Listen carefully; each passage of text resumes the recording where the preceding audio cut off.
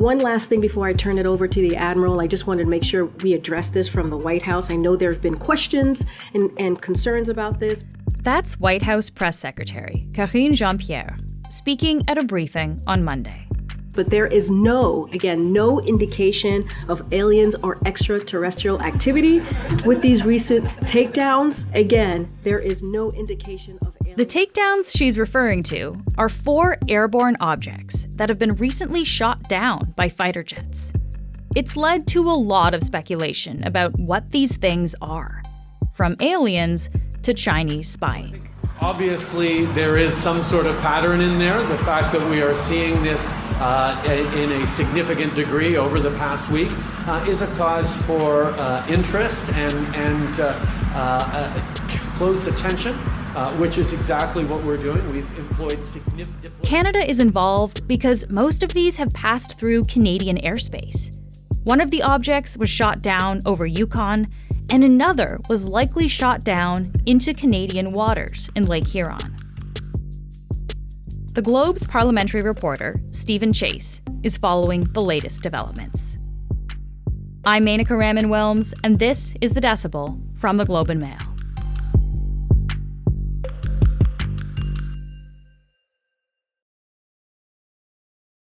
Steve, thank you so much for speaking with me today.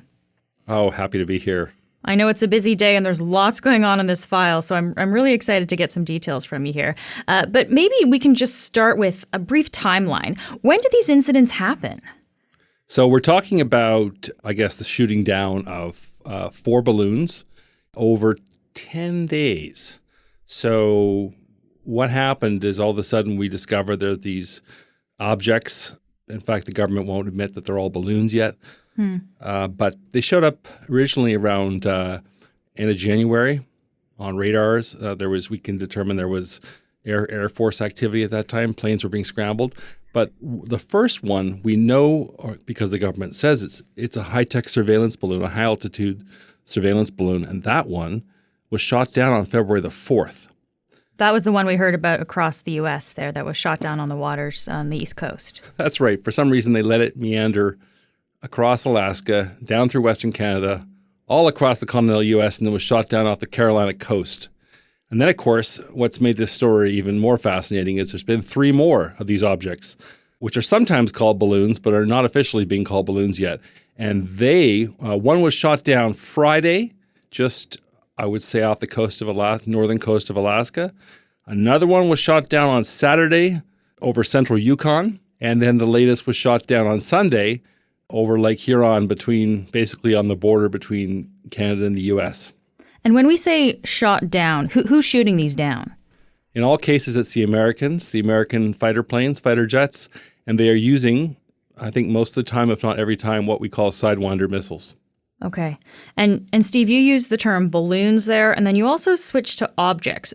What should we be calling these things, and do we know what they are? Mysterious flying objects. Well, UFOs. The first one we have pretty good pictures of. It's a white spherical object that the Canadian government has called a high-altitude surveillance balloon, and the U.S. government has called a Chinese spy balloon. And so pretty clear it's a balloon, unless we're being lied to, which I don't think we are. But the other 3, we haven't actually seen pictures yet, which is also interesting. They're not showing us pictures. There, however, have been descriptions of them that vary from object to object. The Minister of National Defence in Canada called the 3rd one a cylindrical object. And then we had reporting from CNN saying that the 4th one, shot down over Lake Huron, was an octagonal object. So don't hold me to that, but that's what we're being told so far. The weird thing is many people are resisting describing the actual nature of the last 3 of these objects. They're alternately called objects, or in fact, they're pretty much only called object. But sometimes the government slips, or the military slips, and they use words like balloon. So the one that was shot down Saturday, our top soldier in Canada, General Wayne Eyre, did call it a balloon. So is the idea that the military knows what these are, but we're not necessarily making this information public? From deduction alone, if it's not falling through the air and plummeting towards the ground, it's being held aloft in some manner. And if it doesn't have external propulsion, like fuel, then it has to be a balloon. So I'm assuming these are all balloons. We can call these all airships because that's a generic term that would apply to any of these things. But we've had no reports that there's any kind of external propulsion like engines. So I'm assuming they're all balloons of one kind or another, and I stand to be corrected. They couldn't be like a drone or something. Is that what you're saying? Yeah, because a drone would have some kind of, helicopter blades, or would have some kind of, and would be powered by either by the sun or by fuel. And we've had no indication of that in any of these cases. And of course, there's been a suggestion that they've been cylindrical in shape. At least one of them has. So that's a real puzzle. And what's also annoying for journalists is they're not releasing any pictures of the last three. Is there a reason why? Why would we not be seeing pictures of these things? I don't know. I think at this point, it's probably good to sort of introduce some of the information that a spokesman for the Pentagon at the White House told us today. And that is that, and again, the Americans have said the first one was Chinese. Nobody said where any of the rest have come from, but the White House pointed out that China has had a balloon surveillance program in operation for the last 10 years.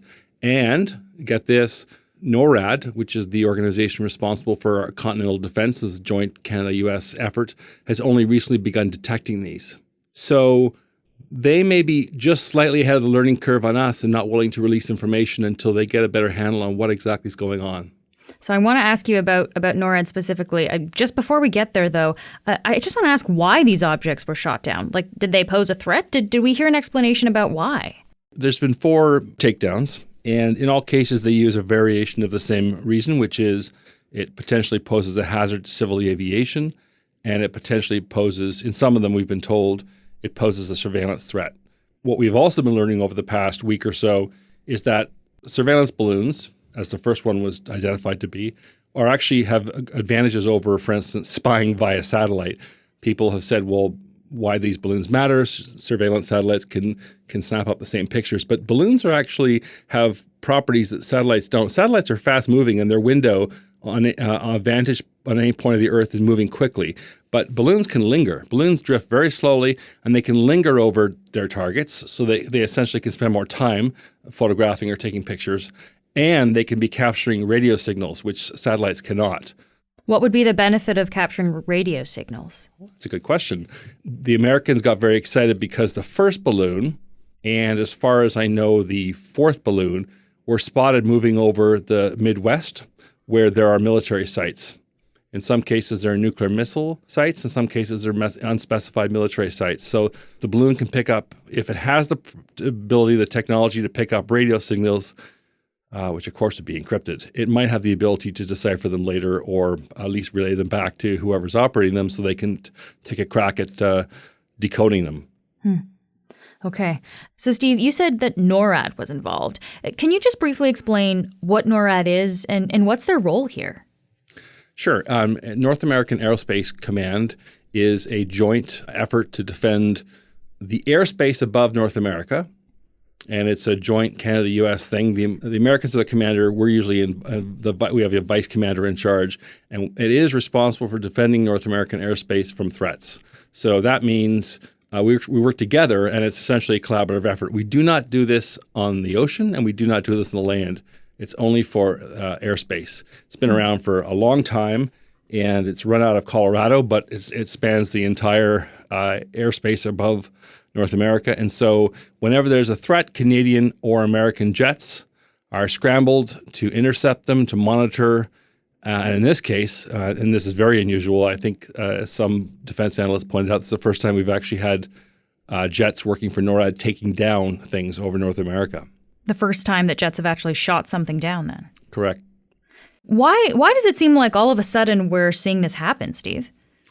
I think it goes back to something which we don't yet have a full handle on, which is that NORAD is only recently recalibrated its detection to be able to detect these things. And that is an open question that remains of how long this has been going on for and whether we're just becoming better at basically finding them. I should point out, however, that the first balloon was reported by Air Canada through a civilian reporting system back on January 31st. So a civilian airliner did encounter the first balloon. But as time goes on, we learn that there have been other sightings of balloons believed to be from China.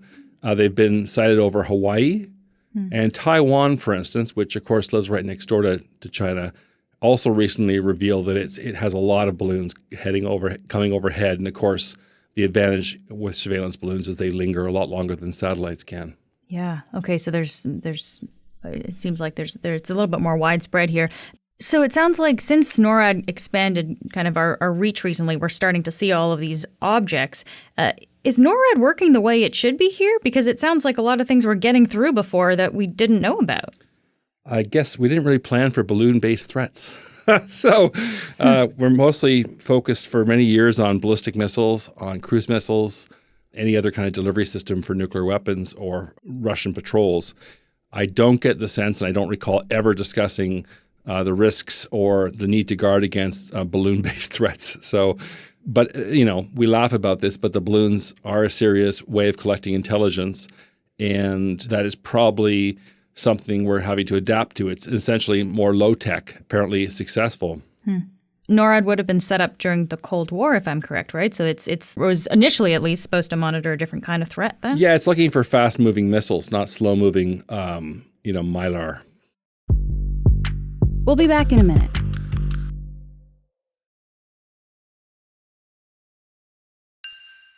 So, Steve, we're speaking to you Monday afternoon here. Have we recovered any debris yet of any of these objects that have been taken down? Not that I know of. The first one that was shot down February 4th off the Carolina coast, they've had to call off the search because of rough waters. They still seem to be working to try to find the one that's over Lake Huron.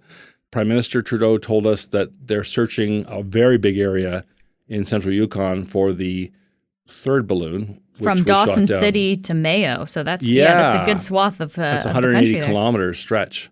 And then I've had no word on what's happening in off the northern Alaskan coast. Do we know what we expect to find, Steve, when we do find the debris? No. There's been you can see pictures of parts of the recovered craft that was shot down off the Carolinas. Not all of it, but it looks just like a big white balloon. The other ones, we have no idea. I assume it would have, if it is indeed a surveillance device, it would probably have some kind of radio device. It would have some way to collect either signals or take pictures and then to send these things back to their owners. But we have had no descriptions of any of the assets that are on these, despite the fact that I believe there must have been pictures taken of some of them, particularly because the encounters did not take place at night. Has anyone claimed these objects yet? Yes. In the first case, China had admitted that the high-tech surveillance balloon was theirs, but they said it was simply a civilian weather balloon that had blown off course and said, stop making a fuss about it. And then what about the other three? We've had no information on where they come from. I was told by a senior Canadian government official, and I reported this, that the balloon shot down over central Yukon.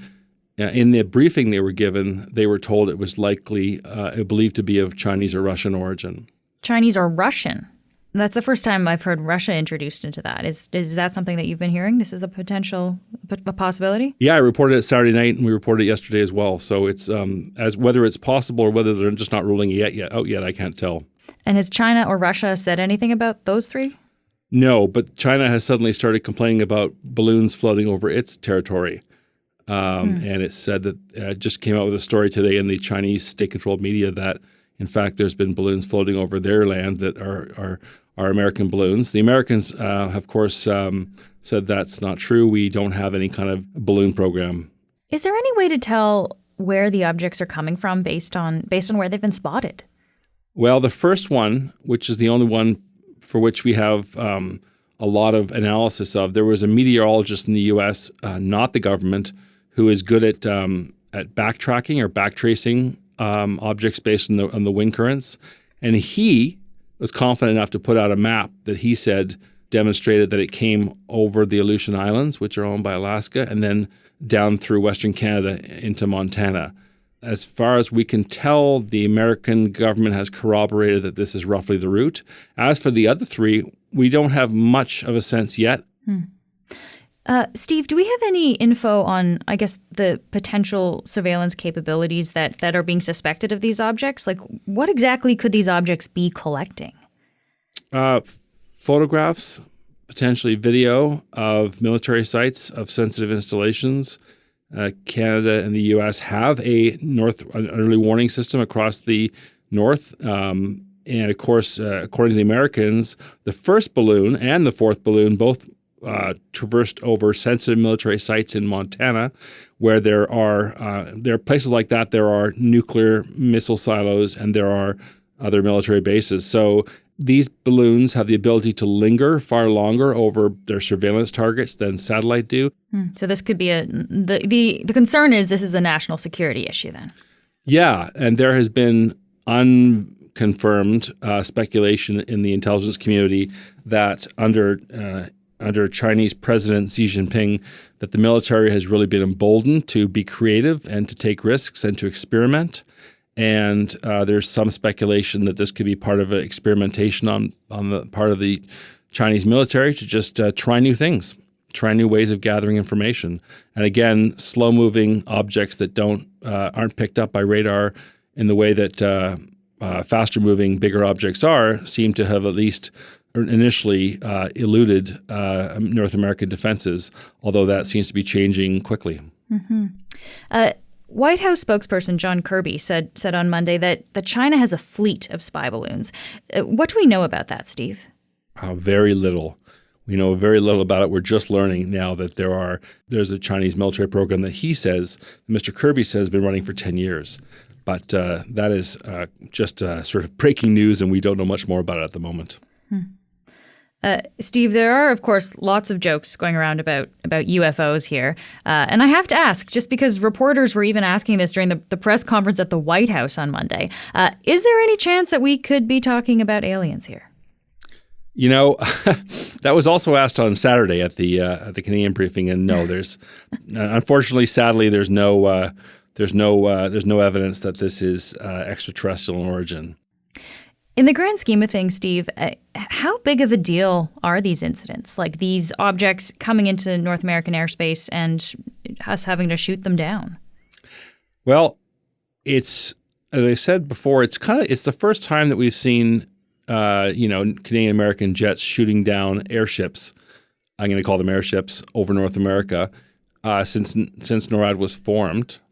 And there's been a lot of talk in the last few years about the need to upgrade NORAD's surveillance capabilities because the Chinese and Russians are making great advances in what's called hypersonic missile technology. Those are missiles for which you cannot predict the flight path and therefore you cannot protect against.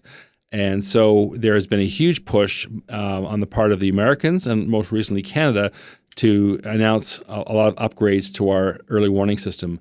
So this kind of, in a sense, turns the discussion to how well the continent is protected against incoming threats. And it also comes at a time in which we've had sort of a steady erosion of relations between the West and China. So it's possibly the worst time for this to happen in the last 6 or 7 years. There's been a steady sort of decoupling and a total disengagement for a variety of reasons, mostly involving China's increasing aggression on the world stage. And so before I let you go here, Steve, so do you think, first of all, we're going to see more objects that NORAD's going to pick up on? And I guess where do you think this kind of conversation is headed in the next few months? Well, yeah, I think we're going to see more, and I think that we're getting better at detecting them. It goes to the question of relations between China and the West. This is not the behavior of a friend or a partner. This is the behavior of a rival, an adversary. And Canada just released a foreign policy statement a few months ago that said China is an increasingly disruptive power on the world stage. So nothing that's happening right now is helping relations between the West and China. Steve, thank you so much for taking the time to walk through all of this today. You're welcome. That's it for today. I'm Menaka Raman-Wilms. Our producers are Madeline White, Cheryl Sutherland, and Rachel Levy-McLaughlin. David Crosby edits the show. Kasia Mihailovich is our senior producer, and Angela Pacenza is our executive editor. Thanks so much for listening, and I'll talk to you tomorrow.